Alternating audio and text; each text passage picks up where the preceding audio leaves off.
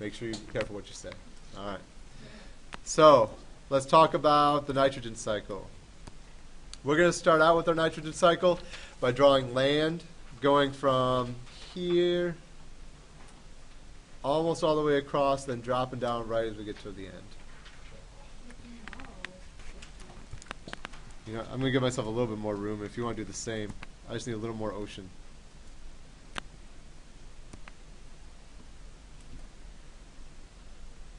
Okay. This could be an ocean or just a large body of water. And I think to help you realize how much you have to space things out, what I'm going to do this time is I'm going to draw all the big things that need to be on the land first, so it can be spaced, and then we'll fill in with the arrow. So the first thing we're going to have is the sun, obviously. Top left. We're going to put a tree right about here, which will leave enough room for a human right before the next grid. We're going to put a plant right to the tree, a dead guy in the new box, the dead guy's house,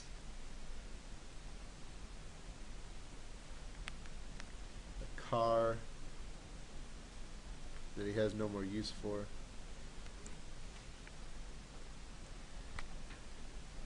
We're going to put some crops here like we had in the water cycle.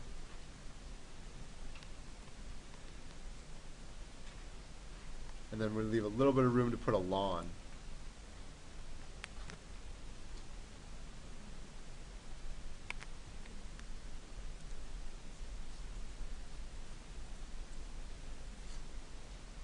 We're going to label this plant called a legume plant, L-E-G-U-M-E.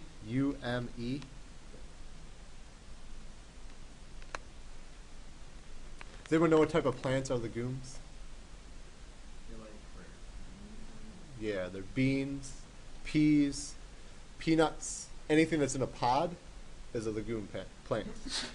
Bless you. All right, so let's start adding some stuff in here. First thing we're going to add is we're going to put the gaseous form of nitrogen is N2. 2 with a G to represent that it's in gaseous form. And that N2 is a diatomic molecule, so it's an N with another N, and there's 3 bonds connecting them. So it's a triple bond. You think back to chemistry, is a triple bond strong? Yes. So this molecule is basically inert when it comes to living things and their ability to use it. So even though N2 makes up approximately 80% of the atmosphere, that 80% is not useful to any living things in that form. Okay? But what can happen is that N2 can go into the soil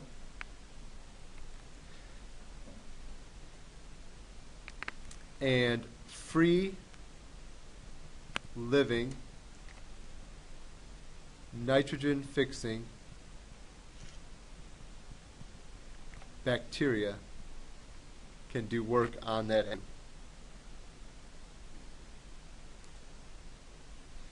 They take that N2 that's in the atmosphere and they turn it into NH3, nitrogen fixing bacteria. And NH3 is ammonia.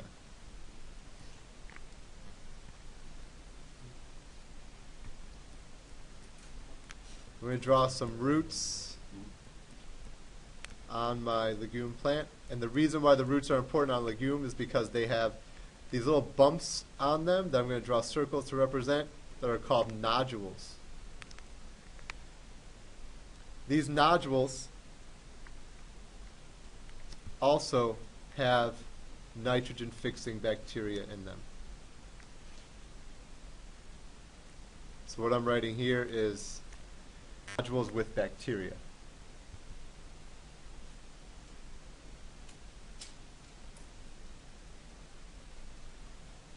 Now once you have the NH3, the plant could use that form of nitrogen, NH3, and so could the tree. Or another step could happen. You could take the NH3 and you could have nitrifying bacteria. So we're going to deal with a lot of bacteria, lots of different types of bacteria. And then nitrifying bacteria is going to take the NH3 and turn it into two different forms, NO2 or NO3.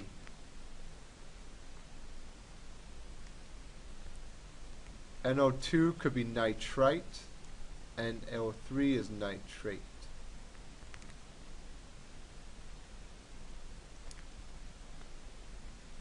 And NO2 could be used by a plant.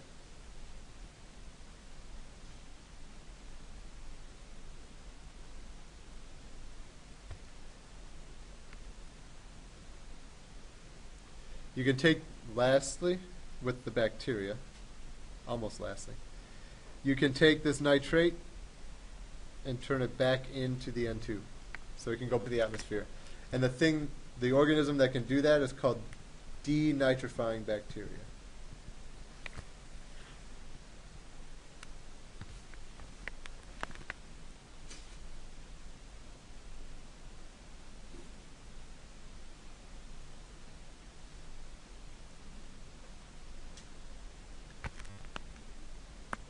We can put some fruit on the plant, put some fruit in the hands of the guy. And we're going to say he's undergoing consumption.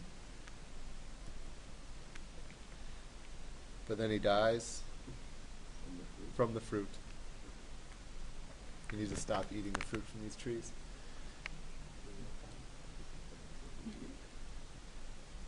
And you take in all the living things. We draw that arrow because all living things will eventually experience death,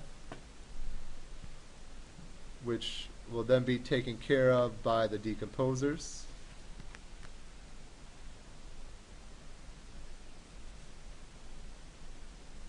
Here's where the fun stuff comes in. The decomposers take your body and they break it down, and they take take the elements that were once part of you and kind of put them into another organism. So the nitrogen that was a part of your body will eventually become the ammonia that could be taken up by plants or bacteria. So you see that line from decomposers to ammonia? It's the circle of life.